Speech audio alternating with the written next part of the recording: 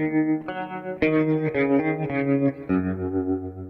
Waring is an English conceptual artist from Chelsea, London. Waring gained recognition for her explorations of identity and self-representation with works like Signs That Say What You Want Them to Say and Not Signs That Say What Someone Else Wants You to Say, between 1992 and 1993. Her work is influenced by artists such as Cindy Sherman and the broader context in her later works such as Self-Made in 2010 and A Real Birmingham Family in 2014. Waring's work consistently tackles the concept of identity and how individuals present themselves to the world. She blurs the lines between public and private life, revealing the performative nature of identity. These themes are central to understanding the impact of Two Into One and her other works. Waring's innovative use of video interviews and performance has influenced many contemporary artists.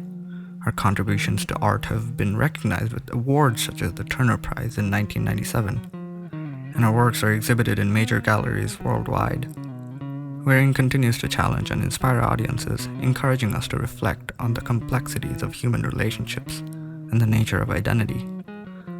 Gillian Waring's Two Into One is a profound exploration of identity, family dynamics, and the authenticity of self-representation. Her innovative techniques and thought-provoking themes have left a lasting impact on contemporary art. Through works like Two Into One, Waring continues to challenge and inspire audiences, prompting us to reconsider the nature of communication and identity.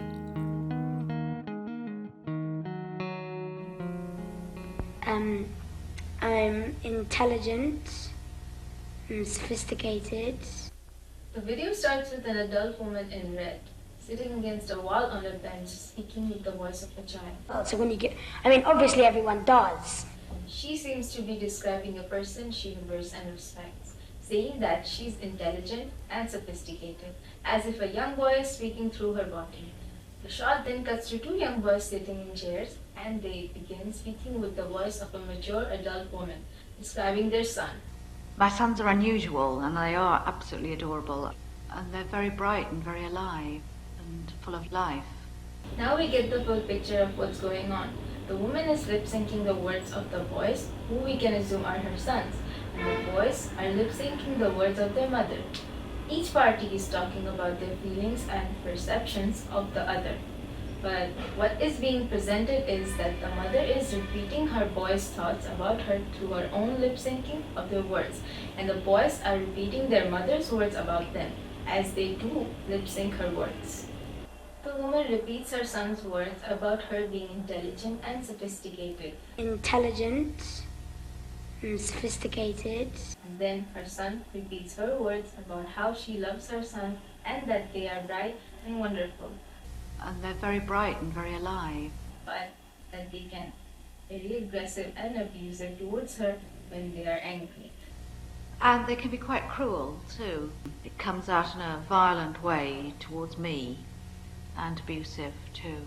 The boys can be seen visibly embarrassed as they internalize their mother's raw feelings and thoughts about them.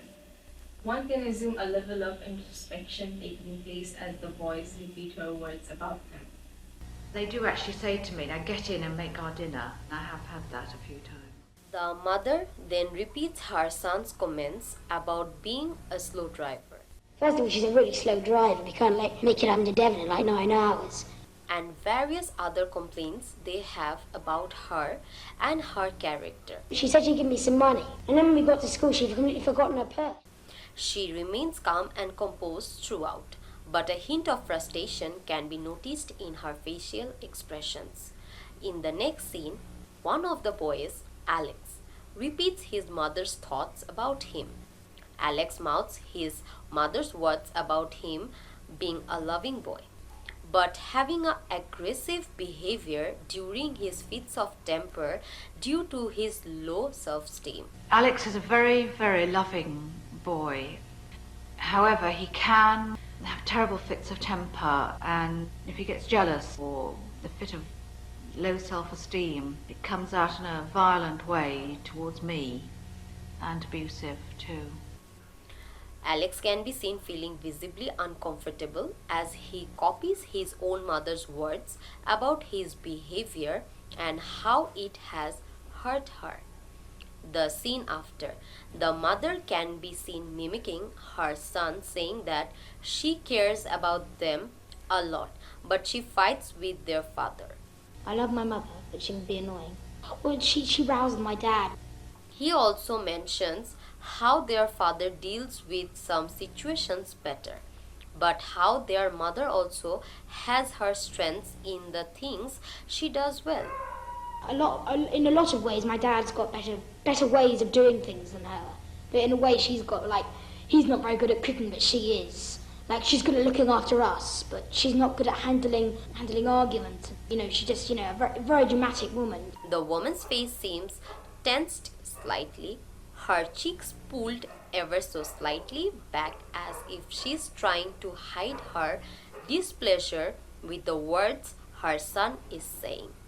An interesting thing to note at this point in the video is how the interviewees are becoming more and more comfortable and revealing stronger and stronger feelings of resentment. It's like a Laurence Olivier play. I can't go on and things like that. And how their critiques of each other are becoming more pointed and personal.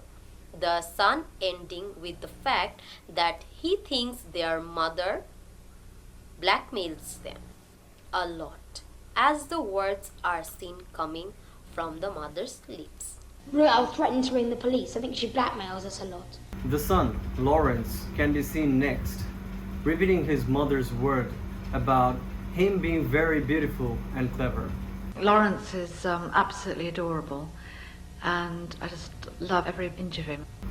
He repeats her words about him having a gorgeous face. I think he's gorgeous. I think he's good looking. His face pulled tight with what we can only assume is discomfort. As an 11-year-old boy repeats his mother's doting words about him in front of a camera. He then mimics her, saying that he too has a terrible temper and that he complains all the time. But he's got a terrible temper, and he can be a real bugger at times. He continues to lip-sync her list of complaints about him, visibly pulling back into his chair as he presumably wrestles with his mother's honest thoughts about how his words have hurt her and how he calls her old, ugly, and a failure.